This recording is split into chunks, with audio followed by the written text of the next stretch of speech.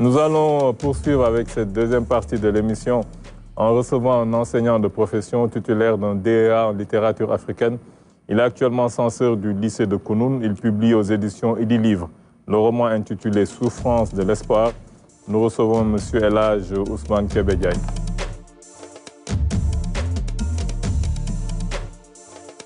Nous allons commencer par vous, M. Diagne.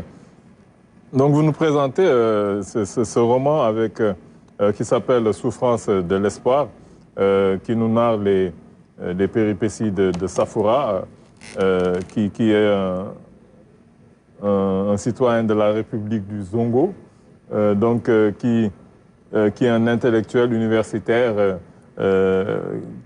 qui a un engagement, je dirais, politique dans le sens large du terme, mais pas peut-être un engagement pas politicien, mais assez politique, parce qu'il est dans ce qu'on appelle la société civile, et qui a toujours été quelqu'un de très engagé, depuis qu'il est étudiant, depuis même en étant enseignant.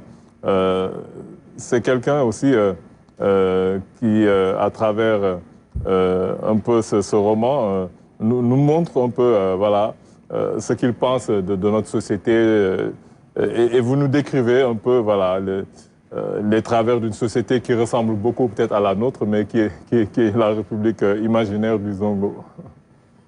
Bonsoir, Moussa Ndiaye, vous avez parfaitement raison.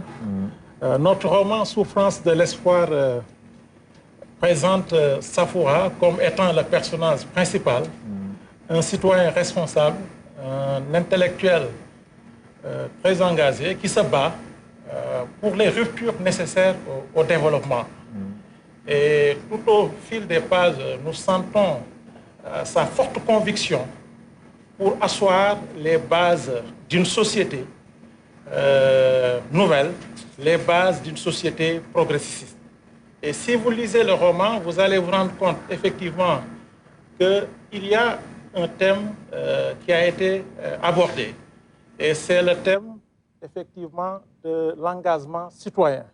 Mais avant cet engagement citoyen, l'auteur pense que les prémices de la souffrance ou bien des souffrances de l'humanité résident particulièrement dans l'ignorance des règles de conduite, souvent sociales, morales, mais surtout dans le manque de civisme. C'est pourquoi, à travers le roman, nous avons voulu d'abord montrer que cet effritement des valeurs sociales, civiques, est lié, entre autres, à la propension du paraître au détriment de l'être, mais surtout à une mauvaise utilisation des nouvelles techniques de l'information et de la communication. C'est pourquoi Safoura va se dresser contre cette forme de discours impudique et volcanique qui avilit la dignité humaine, qui remet en question même la cohésion sociale. Et donc, c'est un citoyen responsable qui prône surtout ce qu'il est convenu d'appeler une éducation aux valeurs. Si vous voulez, des principes d'autodiscipline, de civisme, de loyauté, mais surtout d'engagement social pour notre développement. Nous avons constaté, et vous tous, vous êtes témoins, qu'en ces temps qui courent, il y a beaucoup de dérives dans les réseaux sociaux.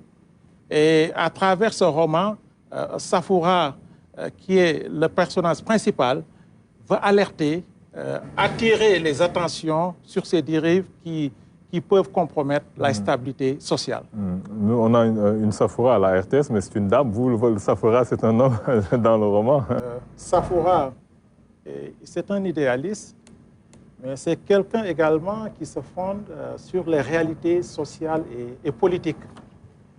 Et si vous lisez le roman, vous allez vous rendre compte qu'il y a le thème, il y a un thème qui a été abordé. C'est le thème de la souffrance d'abord. On nous dit souvent que tout écrivain peut être de façon consciente ou inconsciente, tout écrivain peut de façon consciente ou bien inconsciente influencé par un autre. Nous avons été particulièrement influencés par Boubacar Boris Diop, l'auteur ça se sent, oui. Oui, l'auteur de Mourambi, le livre des ossements. Vous le citez d'ailleurs. Effectivement. Et Boubacar Boris Diop nous dit que l'Africain qui s'intéresse au génocide rwandais voit les autres lui tendre un miroir pour l'inviter à faire face à ses démons. Donc c'est pourquoi la République de Zongo, dont nous parlons dans notre roman, c'est l'Afrique. L'Afrique avec ses guerres, l'Afrique avec tout simplement ses crises. Et nous pensons que les pires souffrances reposent d'abord sur la guerre, mais également souvent sur la malgouvernance. Donc il faut véritablement qu'il y ait la bonne gouvernance. Et c'est ça le combat de Safoura. Et Safoura a pris conscience qu'il y a beaucoup de problèmes dans l'espace politique qui est pollué souvent par la violence. Et il va falloir décrisper cette situation. Il va falloir appeler à la cohésion sociale, au consensus national. Donc tel est son combat. Et le thème de l'espoir me paraît pertinent dans ce roman parce qu'il nous faut les vertus fondatrices du contrat social de Rousseau, à savoir le sens du dialogue, du compromis et du partage. Et pour ce faire, il faut que les Africains se départissent de cet état de guerre, de cet état tout simplement de souffrance qui appauvrit souvent nos populations. Et la suite me paraît pertinente, et il y a bel et bien le thème de l'espoir, parce qu'évidemment, comme on le dit souvent, écrire, c'est provoquer la prise de conscience. Il faut provoquer la prise de conscience chez nos peuples, parce que nous savons que nos peuples souffrent atrocement de ces guerres qui compromettent le développement. D'accord. Bon, pour moi, pour le moment, dans notre pays, en tout cas au Sénégal, on ne vit pas encore cette guerre, alhamdoulilah. Je suis tout à fait d'accord avec vous, qu'écrire, c'est la prise de conscience. Mais une prise de conscience actuelle, endogène, locale, temporelle, de notre époque, ne va pas se faire forcément avec les idées de Rousseau. Je respecte énormément ce grand auteur-là, mais nous sommes dans un contexte particulier.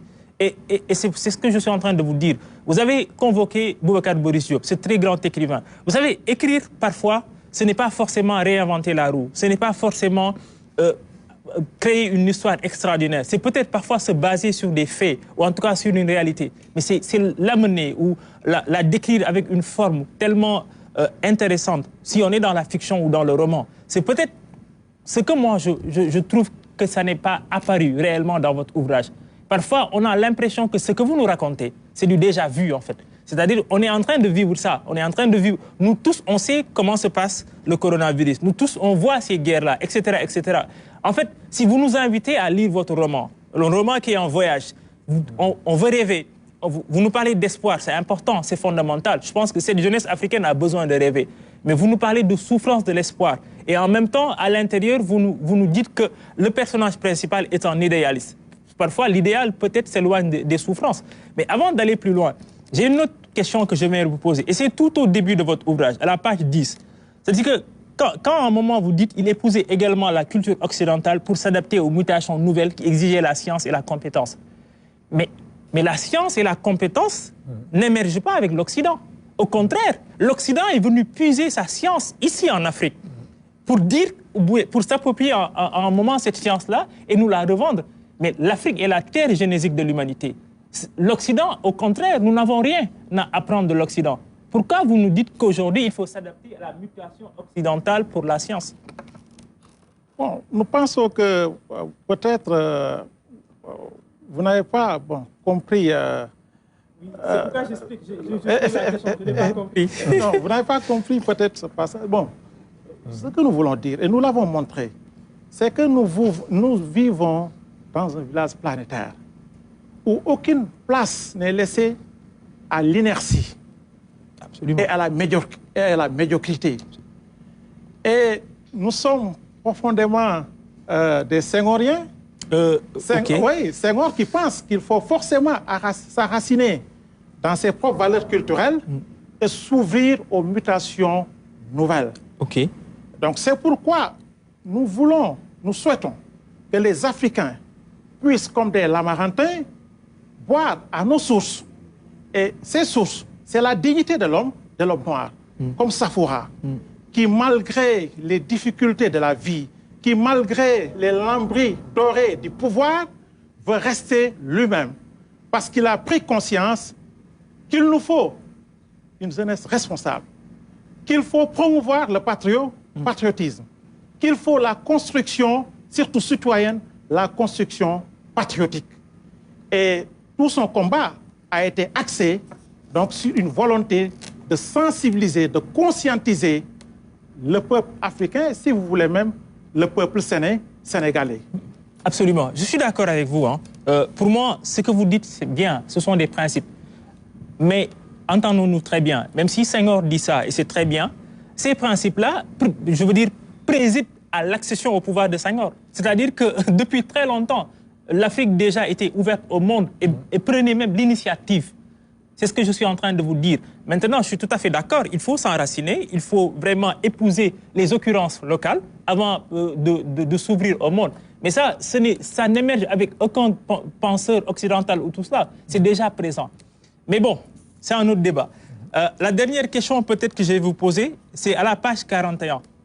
Moi, je n'ai pas très bien compris cette partie-là, parce que quand vous dites, par exemple, que le mariage fut scellé un an après, naquit le premier enfant, Doura, qu'ils élevèrent dans les valeurs de courage, de dignité et d'abnégation, après sa maîtrise, ce dernier s'envola vers la France pour y préparer une thèse en médecine.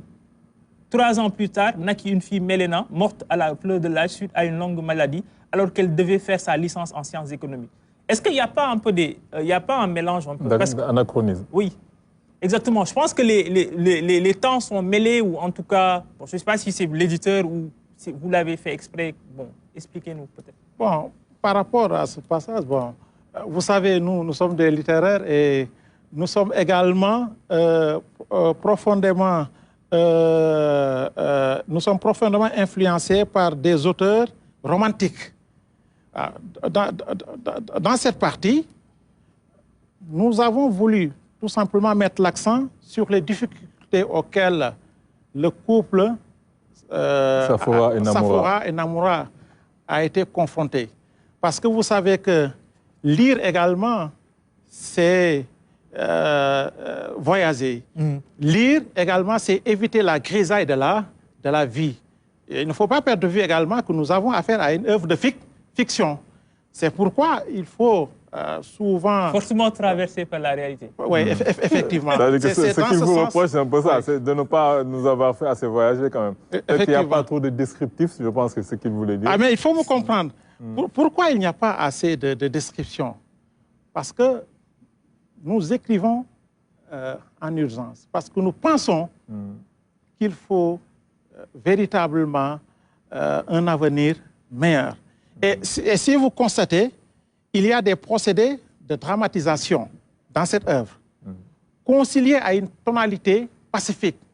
Et cela montre que nous avons foi en l'avenir. Et cet avenir doit passer par cette reconstruction citoyenne, par cette reconstruction patriotique, mais surtout par une décrispation de la scène politique. Il faut que nous soyons patriotes dans notre âme pour comprendre qu'un pays ne se bâtit pas dans la division. Un pays se bâtit tout simplement par la cohésion, par le don de soi, mais surtout par une citoyenneté responsable. Vous prêchez un convaincu, hein, mais je termine par là définitivement. Pour moi, écoutez, vous avez un talent, ça c'est sûr.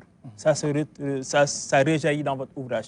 Mais je pense que cet ouvrage-là et les prochains qui vont venir, si c'est dans la dynamique romanesque que vous vous installez, doivent être beaucoup plus retravaillés. Voilà. Merci.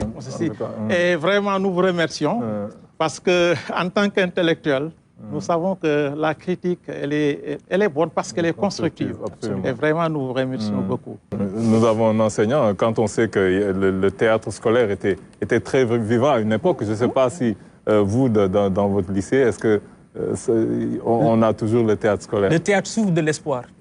Effectivement. Bon, en tant que professeur de lettres, je pense bien qu'il y a le proverbe de l'autre qui dit que castigati dando more, c'est Molière, corriger les vices par le rire. Absolument. Et nous, au niveau de notre établissement, nous mettons l'accent beaucoup sur ces activités. Nous donnons donc l'occasion aux élèves de pouvoir s'exprimer. Absolument. De développer leur potentialité, parce que le théâtre est formateur. Absolument. Et le théâtre nous permet souvent de corriger les vices par le rire, les tares et les avatars de la société. Absolument. Absolument. En tout cas, nous avons été très heureux de vous accueillir sur ce plateau. Monsieur Elhadj Ousmane Kébé Diagne, pour votre ouvrage Souffrance de l'espoir, nous avons été très heureux aussi de vous accueillir. Souhaitons une bonne continuation. Et si vous me le permettez, oui. M. Ndiaye, bon, un clin d'œil à Madame la proviseure du lycée de Kounoune, également à notre inspecteur d'académie, M. Mamoudou Diop, mais surtout à nos frères et sœurs, à nos femmes, à tous les collègues du lycée de Kounoune. Et nous vous remercions beaucoup. Merci beaucoup. Merci. Nous vous souhaitons vraiment une bonne continuation. Merci beaucoup. À tout le monde. Merci beaucoup. Merci beaucoup.